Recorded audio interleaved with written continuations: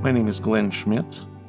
My wife Diane and we've been attending Community Covenant for about 4 or 5 months now, and we really enjoy our time here. I was sprinkled in baptism in a Lutheran church in Canada where I grew up. I was in a family that was not particularly religious, but my mom insisted that my 2 brothers and I attend Sunday school, and she took us to church every Sunday.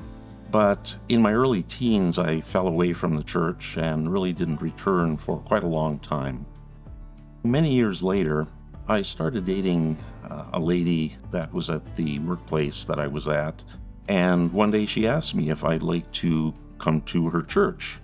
And she mentioned that it was a Lutheran church, and I thought, well, I grew up in the Lutheran church. I know what that's all about. That'll be very familiar.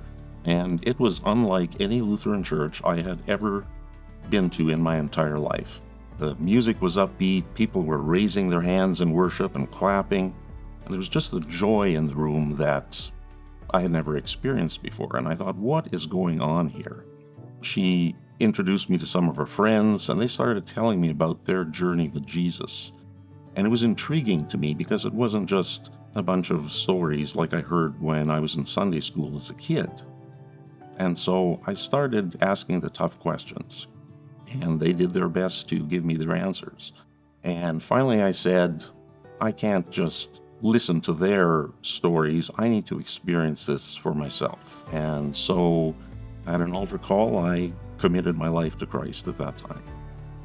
I'd like to say that my spiritual life since then has been a bed of roses, but of course it's never like that. It's really been a roller coaster for me. I have a lot of questions. I still have doubts now and again, but I hang in there and do my best to maintain my relationship with Christ. Being sprinkled in baptism as an infant is fine, but I think that the commitment as an adult is really important, and I just think that it's an act of obedience to Christ.